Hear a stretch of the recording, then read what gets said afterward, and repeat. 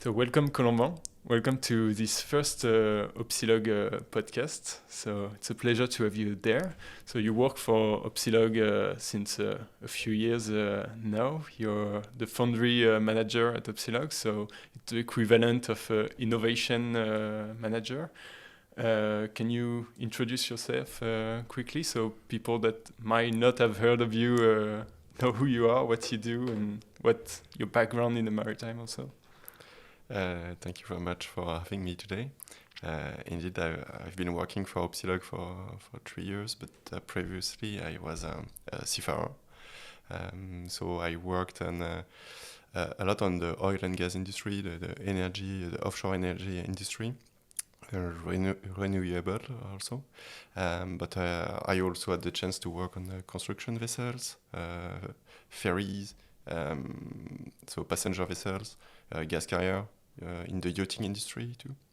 So I wanted to put the technology at the service of the maritime industry to push forward the digitalization and the environmental transition. So this is a great opportunity to be part of Opsealog today because we are just doing that. Okay, thank you. Very interesting to see your broad experience in different fields.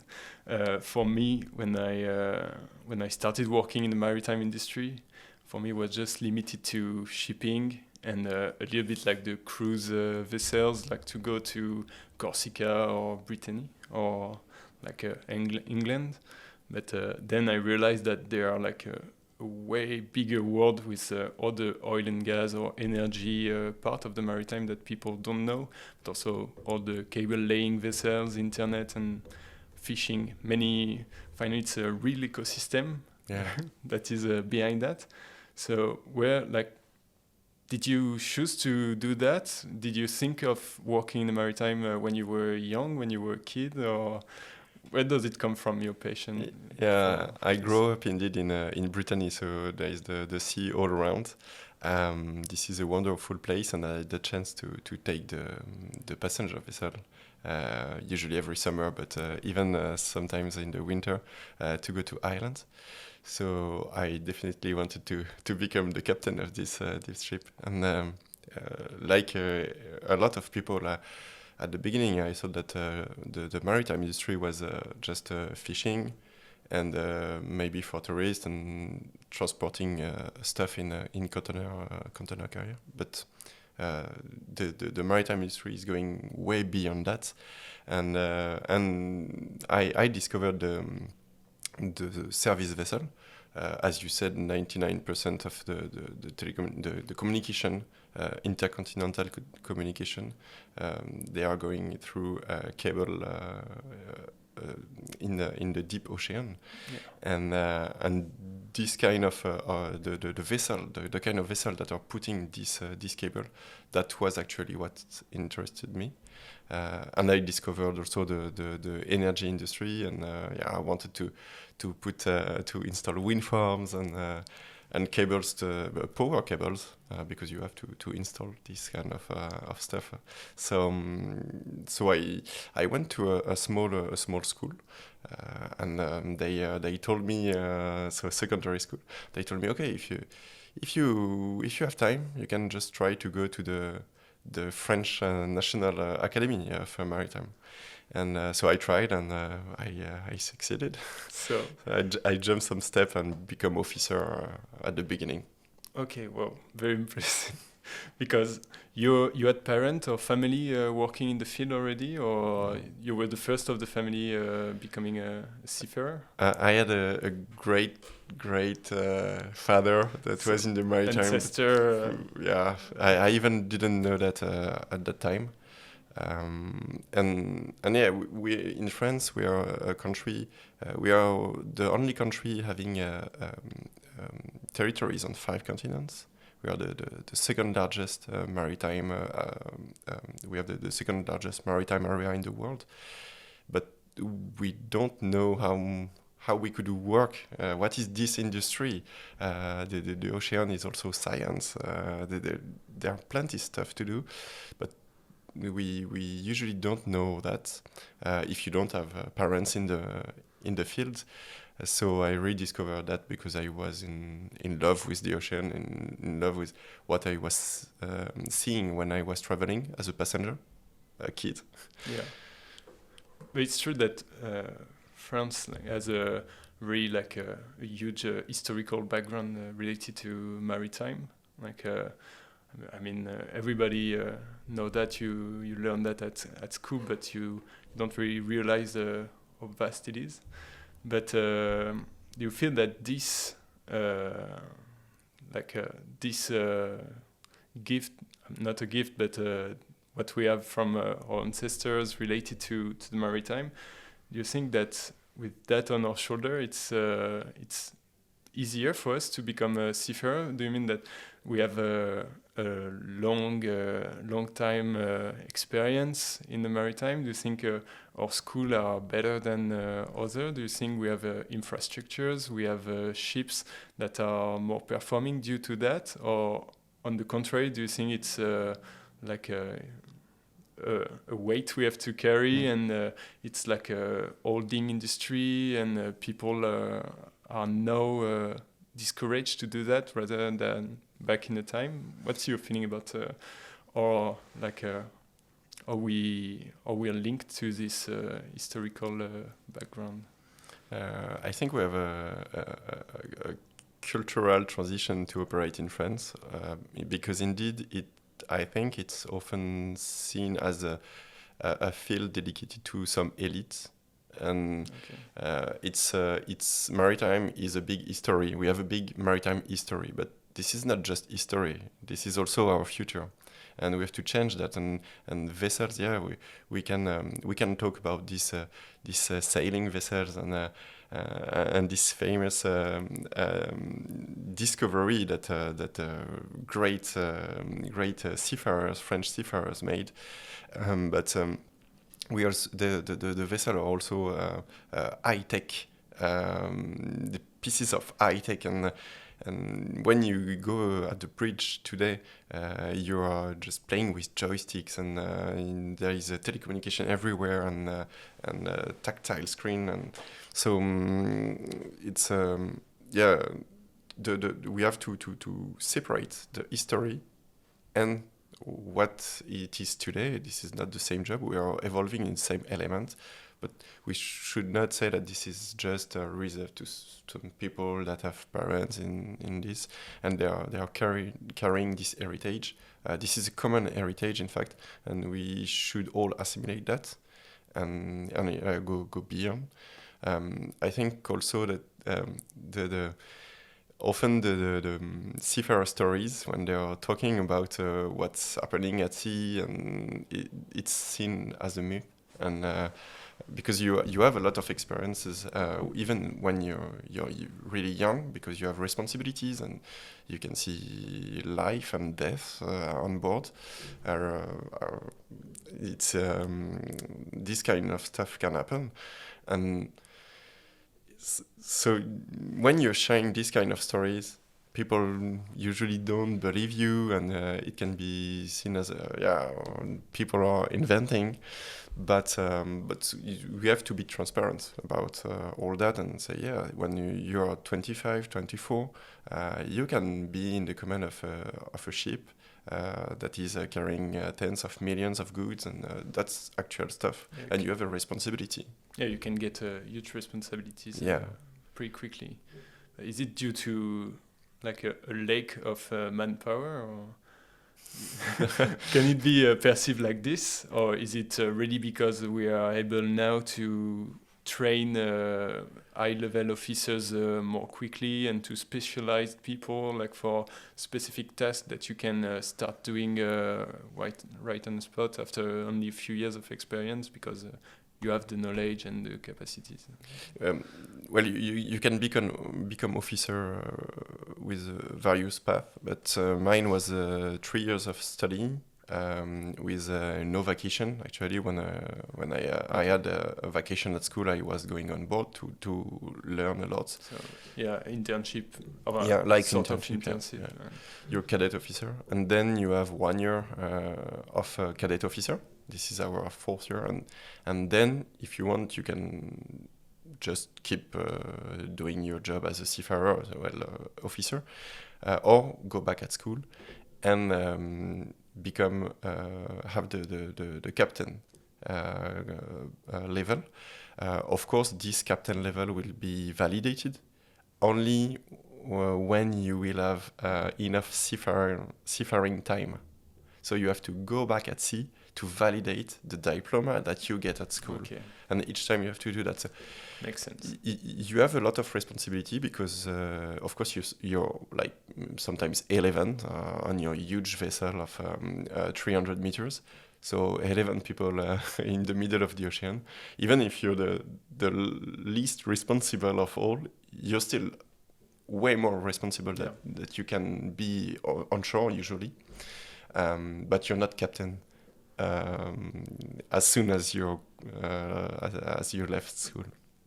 But also, like, do you think, because historically we go back to that, but like the vessel, they needed like a lot of manpower to be operated.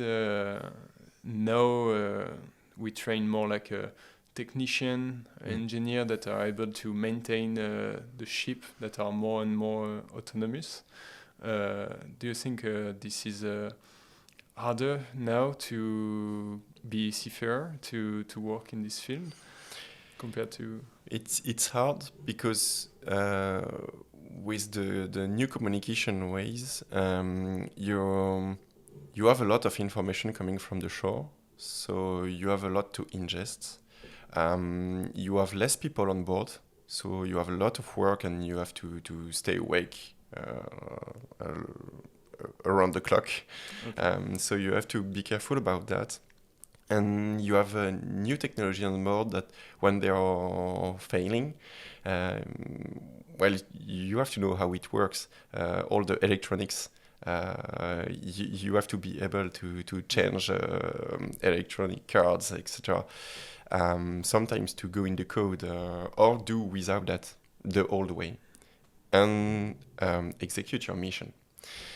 So it can be difficult, but there is a thing that didn't change is leading the crew. Maybe 10 or 20 years ago, you had a crew of 20, 30 people.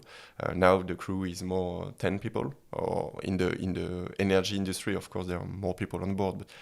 But, this mission of enabling 10 or 20 people going all together, forming one team and accomplish this maritime mission with all the safety that you have to put in, because you're in the middle of the ocean again, and this is a place very dangerous. You have to produce your own energy, your own water, etc.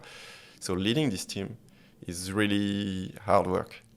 Yeah, because you have many systems that can fail anytime, but if the team itself fails, that can be the beginning of a big trouble, I guess. Yeah, it's better to have an equipment that is broken than a relation between two persons on board that is broken. And that often happens, like to have a big argument within the team, or what are the procedures, or is there like bizutage, or to bond people together, or do you manage leaving your own space? Because I mean, when you're on board of a ship in the middle of the ocean, you have a limited space for people, or do you kind of find your own intimacy, respect others' intimacy, and also find time to be around with other people during time off and work? That's a balance you have to find, and as an officer, that's the balance you have to impulse also to other.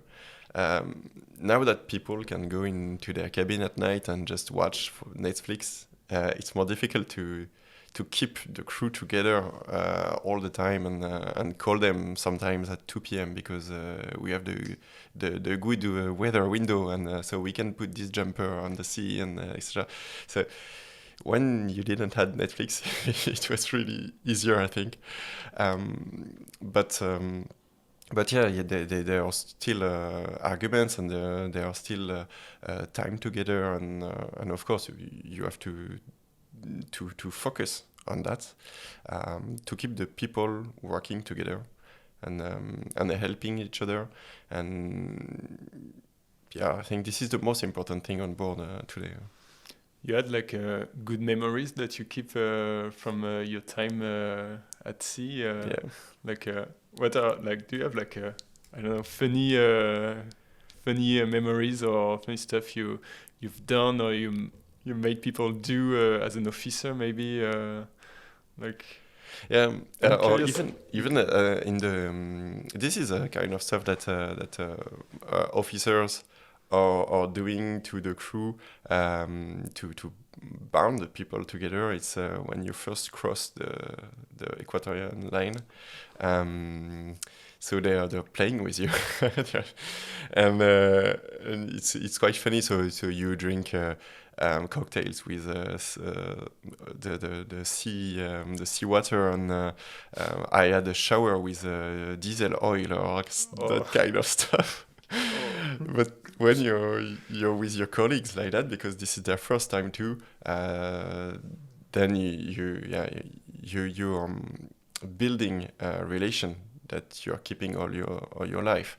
And then when you're officer, you have to always keep in mind to create this relation, but keep in mind that you have to keep everyone in a safe environment, and not especially going... when taking a diesel shower. Yeah, that was a bit extreme, but it was a long time ago. Yeah. We had some incredible experiences, like doing a wakeboard at the back of a huge vessel or some kind of stuff like that, or just arriving in a country you don't know, you don't speak the language, and you go for a karaoke with the Indonesian crew and the Philippine crew, and it's so funny because they have this culture, and you discover a lot of stuff. Today, when you're on board, like the crews, they are mostly international. It's rare to have a crew that is 100% French or 100% British. So, how do you share this cultural difference? Is it some moments that when it's hard because the people there is the language barrier that can be there, and how do you overcome this challenge? Is it usually easy, or do people share stuff? This is easy because everyone is really respectful of the other. But yeah, you can have a Russian and Ukrainian crew. You can have a Muslim and a Catholic crew. So the cultural and the religion aspect of this melting pot is really important, and the respect is really important. Nobody can cross boundaries. Plus, after you have officers and the captain that are there to be sure that nothing is done. That everyone is going in the same direction, and this is a very nice aspect of this work, is that of this job. You can discover people and you can discover culture just because you were in the same vessel, tiny space in the ocean for months together, and so you should really dedicate some precious time with these people. This is intimacy. Not in the first days, but after 2-3 weeks, working on the deck together or working in the engine room, and you share the nights working on an engine that was broken. That can create. It must be funny, like a night shift, or you're just alone on the bridge on the deck. This is what is missing me the most: the night shift alone. When at dawn, with your coffee and just all the crew is sleeping, and the vessel is moving forward silently in the ocean. You're the vessel keeper for a moment. That must be a very particular feeling to have this. And so you moved then from sea to shore. I think this is kind of common within this industry. or did that work for you? Do you miss working at sea, or do you found like new mission, new goals that you're liking now that you're working from shore? I choose to work on shore. Of course, I miss working offshore. But no, it was a choice because when you're offshore, when you're on board your vessel, you can have an impact on your vessel. So even if you're working in the offshore energy industry, you will maybe have an impact on 80 people, one vessel of 100 meter, and I wanted to have an impact on 30,000 vessels and and a lot of crew members, and improve their life and improve our relation to the ocean, the relation of the maritime industry to the ocean, protect the environment. So to do that, I had to move onshore to work with the environmental data.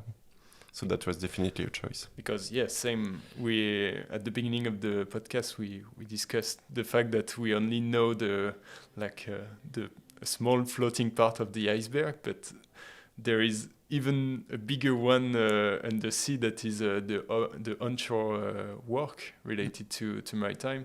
And I don't know what's the ratio of people working onshore and at sea, but I think it's huge. It's the people working in the shadow, but that makes everything work. And I mean, logistic must be a big part of it. And in France, you have maybe 20,000 people that are seafarer, and you have more than 300,000 people onshore. Wow, so it's more than 10 times. That's crazy. Because you have to. I mean, if you order something in China, you have to find someone who's gonna sell you the space on the shipping vessel, sell you the container, then the guy that will fill the container, that will put the container on the ship, the guy that will flag the ship, ready the ship, pay for the fuel and stuff, and the guy transporting the fuel for that vessel to be able to move. And this fuel was coming from another place. So it's really huge, and as we said, 30% of the energy used in the planet is coming from the ocean also. So there are a lot of fields, subfields into the maritime industry itself, and we can work onshore because we had this experience at sea, and usually we want to have another relation with our family and create something new onshore for us. So we choose to work for companies, or for maritime companies, or for companies that are delivering services to the maritime companies, or using the services of maritime companies. It can be really vast. It's kind of what you're doing with Opsealog right now. Yeah. So can you explain us a little bit what is your job today at Opsealog? What are your missions? And how did you come to do this job? How do you find Opsealog?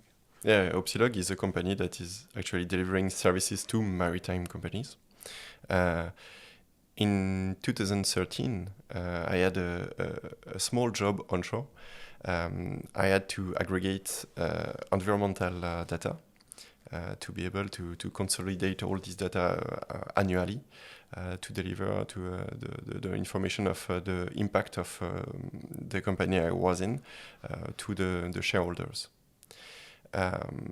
So this is the first time I was introduced to the environmental data and the data quality problems, etc. This is not that easy to gather data and to match data from one ship to another. Then I went back at sea because I wanted to be a seafarer. And then in 2017, I went back ashore to put the technology at the service of maritime industry, as I said, to engage this digital transition that we needed and we still need. So at Opsealog, it's what we're doing, providing digital services to the charterers and the ship owners to digitalize their process, valorize this data, and being able to analyze. Why do we want to analyze the data generated by the vessels and all the service around? Is to improve the efficiency and reduce the resources we need to operate a vessel. Because we know today that these resources, they are really precious. The carbon impact is a KPI that everyone is monitoring today, but tomorrow we will monitor other environmental KPI. I'm sure about that. Maybe it will be plastic, the impact on whales, maybe the methane emissions. But there are a lot of impact that we can follow, and you can't manage what you don't measure. So actually, we are at Opsealog. We are providing services to measure all the aspects of the vessel and improve their performance. So it's a company. It's like a big data for Maritime, trying to gather data. It's not only that; it's also like understanding this data and turning it into useful information, basically. And then I think it's even like a step further. It's like providing concrete actions from this data. Talking about innovation, you talk about like digitalization of the maritime. When you were talking about the bridge about vessel, you said that it was super high-tech stuff. But on the other end, you also like I felt like there is a really old-school wave, a lot of redundancy to make sure that if a system crash, you can still be able to get your position with the stars, or in the schools they teach you still like astronomy or things like that. So there's still a link to the past and old-fashioned way. How do you feel that the maritime industry evolves today? Do you think it evolves like quickly, digitalize quickly? Do you think the innovation is more like a slow process, maybe slower than in other industry? I can compare, for example, to aircraft or like aviation. They have like it's been years now that they share the companies. They have plenty of different company operating planes, but they all share their data for safety purposes, etc. Everything is shared. You know the position of these planes every time. Is it the same in the maritime? Do you think? No, no, that's not the same at all for now. There is plenty of stuff to say here. Yeah. We have a lot of redundancy on board, indeed, and this is why when we have to digitalize processes, because we are used to think about, okay, if this is failing, I have to be able to position myself and my vessel with the stars, etc. So I have to duplicate everything. And so each time we added new regulation, new contracts, processes, etc., between the ship owner and the charterer, we add new channels, and the seafarers they have to fill new documentation, etc., to push through these multiple channels. You add complexity to. We are adding complexity each time. We are adding something. We have a new use case. We are adding complexity, and this is a big problem because actually we are using the same data point. We are still sharing the same information now that we were sharing 50 years ago, but it's just way more complex today. So this is where digitalization can be really important, because you just put the data once, and then you can send it to the charterer, to the regulator, to your verifier when you're talking about environmental compliance. So this is the first aspect. Now, I'm saying that the technology is really impressive, on some ship. That's not the case for all ship, and of course, it didn't went as fast as we can see it on aircraft or onshore. The maritime industry is way older also, and it was slower. But this is not a big deal. I mean, we have all the future ahead of us. This is what is really cool about the maritime industry today, is that we can shape it to become a leader of the environmental transition and environmental friendly society tomorrow. And this is quite cool, I think. And about the big innovation that happened in the last decades, I would say that there was a communication that changed the world and changed the maritime world, of course, because we were able to share data between vessels and to call for help also. So it was in the beginning of the 20th century, so a century ago. And then we also changed the fuel we are using, because we were using sails, then we were using coal, and then we were using diesel oil. And so it was really slow transition from sails to coal, and then for the First World War, the First World War, Churchill decided to change to diesel oil. He thought about what do we need on a vessel? Why do we need the vessel for? Okay, we need the vessel to get autonomy, to go far from the enemies, etc.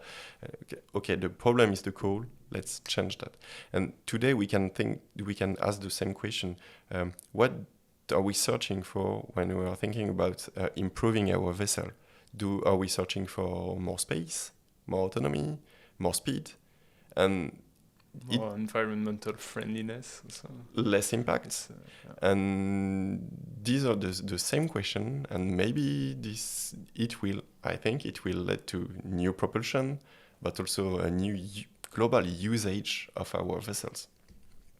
Okay, well, yeah, because I mean, this evolution, it was quick, but it was due to maybe the war. It urges the process, because we've been sailing with sails for centuries, and then this transition to coal and then fuel bunker that comes from the coal tankers, but.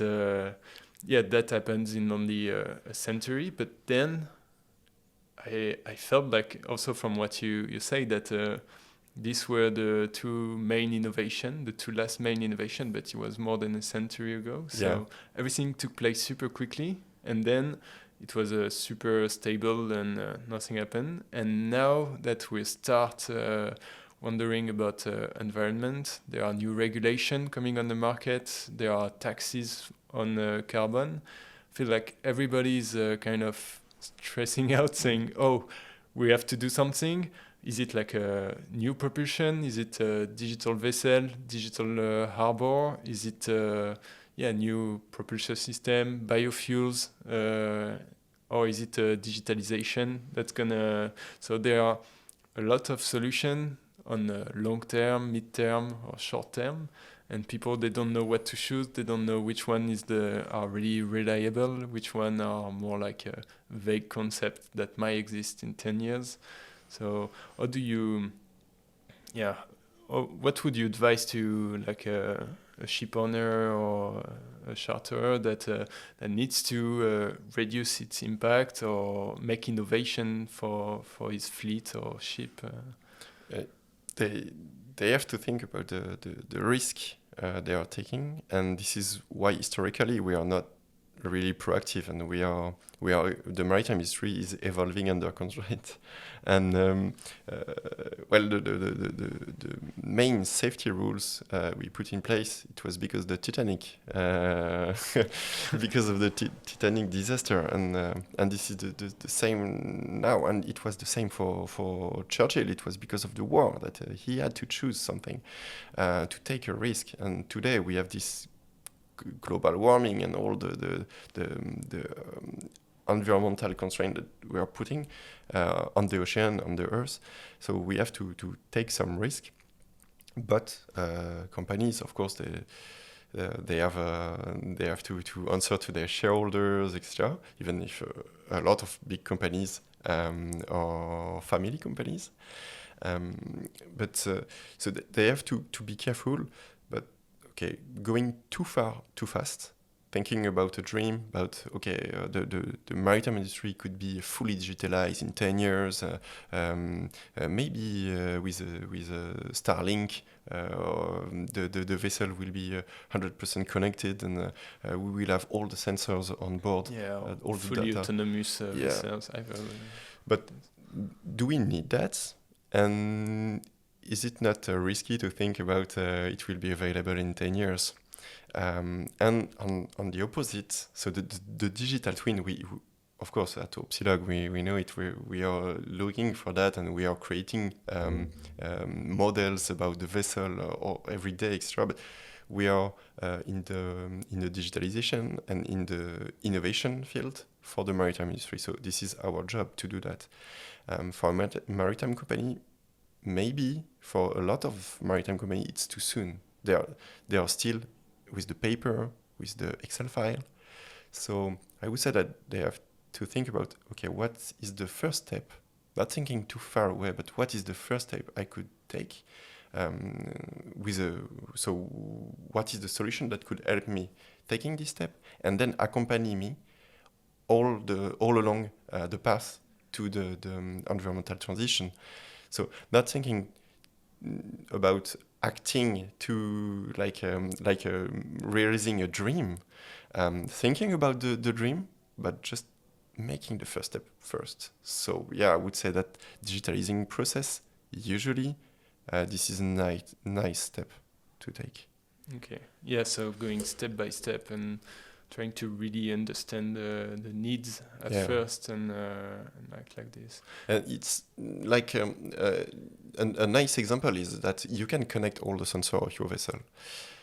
And then what? You have to think about all the infrastructure, and you have to think about how to make this data discuss with each other, to make an analysis. Plus the human factor also, like the seafarers that will have to input this data in the reports. What is the probability that your company and your team will ingest this technology? This is quite complex. The maturity.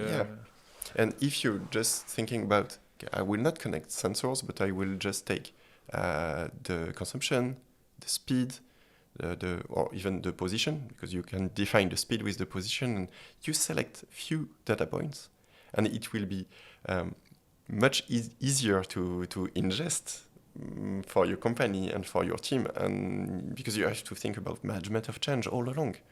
And of course, the final target is the digital twin, but not at the beginning. Okay. And that's the way because today, so you're innovation and research and development manager, let's say, in Opsealog. How do you perceive when you want to implement a new solution or improve an existing service? What's your vision of the innovation? Must it be is it trying to improve the way the user will adopt the product, the way the time they will spend using it, or is it innovation in adding new features, new thing? What's the priorities when you? The user experience is really important for us, because if the user is using properly our tools, the data will be of a good quality, and then we will be able to feed algorithm with it. So yeah, I think this is an important stuff, but there is also, we are always thinking about, okay, how the regulator will behave, what will be their next move. So what will be the next services our user will need because of the regulation that will be set in place. So of course we have to take bets, That's why we are working a lot on environmental compliance, because we think that the constraint will be higher and higher in the next decade. So yeah, we are thinking about the user experience, UX, the regulators, and we are thinking also about the technologies and the opportunities that it's providing, the machine learning opportunities, the big data. You talk about that. So yeah, there are three stuff that we are looking at, and we don't want to just take some technology, apply it to the maritime without onboarding our users. They won't understand it. They won't use it properly. They won't even need it. If we just send ChatGPT to the onboard today, with no business case, there is no point. You see. And that's where the experience as a seafarer maybe comes into place. Because today in your team, is there like old seafarers or people with experience to really be able to understand the needs, understand the industry, the way it might evolve, as you say, to anticipate future registrations or else? Yeah. We have we have former seafarers, we have data scientists, we have analysts that are helping.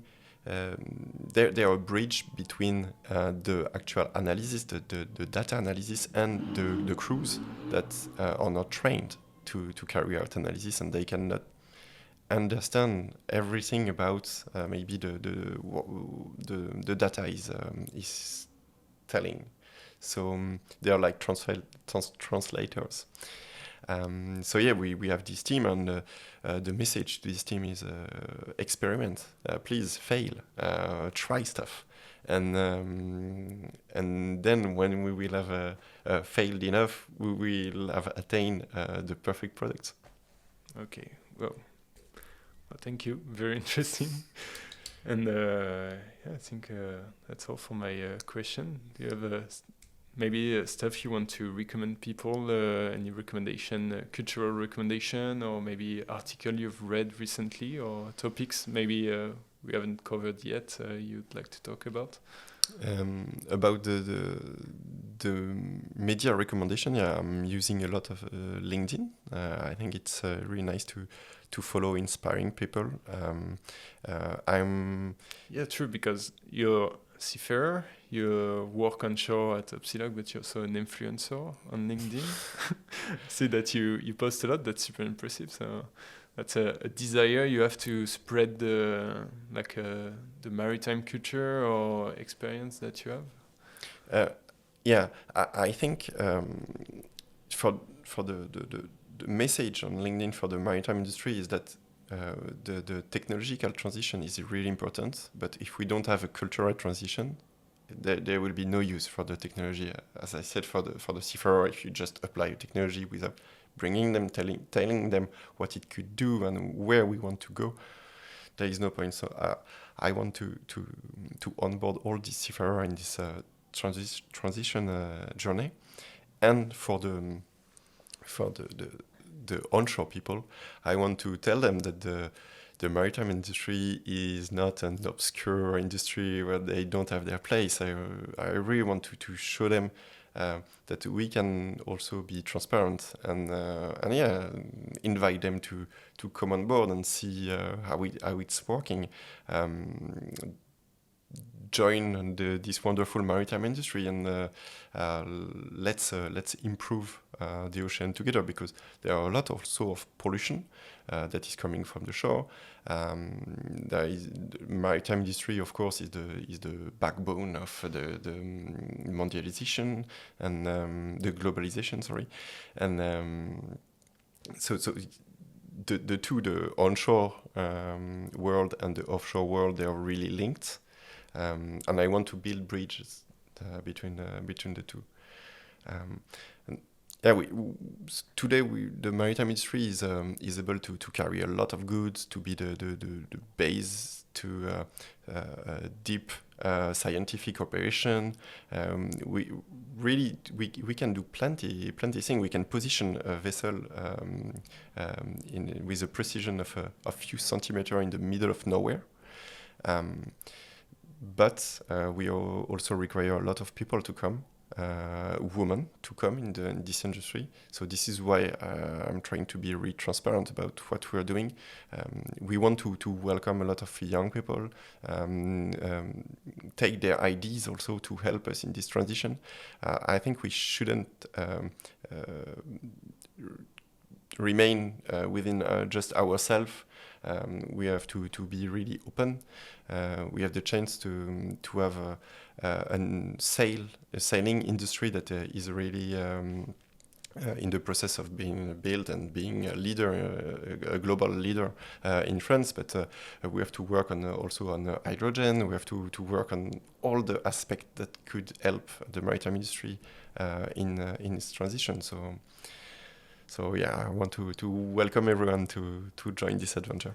And so you say LinkedIn is a good way to get information if you don't know the maritime, or even if you work in this industry for a long time. Do you have like a specific person that are interesting to follow, that often share good things? In a global way, you can follow the bosses of classification society, DNV, Lloyd Register. You also got the MMMC, the Center for Decarbonization of Maersk Moller. You can follow also opinion leader like people from Digital Ship. This is the kind of people that are also shaping the maritime world of tomorrow. And if you're not too technical and you want to discover the maritime world, there are channels like Arte that are doing really nice documentaries about how it works, what are the legal aspects of the ocean, because it can seem a bit complex at the beginning. So Arte is a good source of information, the general information. Thank you, Colomban, for sharing all of this with us today. Thank you for the people that listen to this podcast.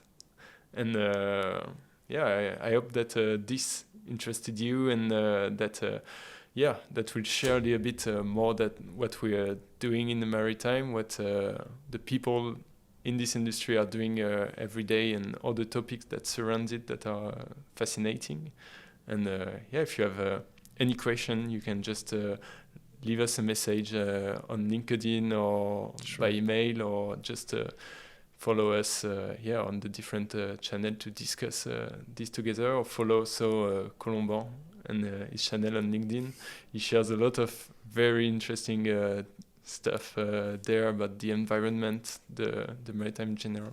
Maybe you'll be able to sell your LinkedIn page better than I do. No, but I hope this podcast interested the people that are listening to us, and of course, please share on, send me a direct message, or contact me even through Opsealog web page. We will reply with pleasure. Thank you, Colomban. Thank you. A last word. Ships. Apéro. Apéro.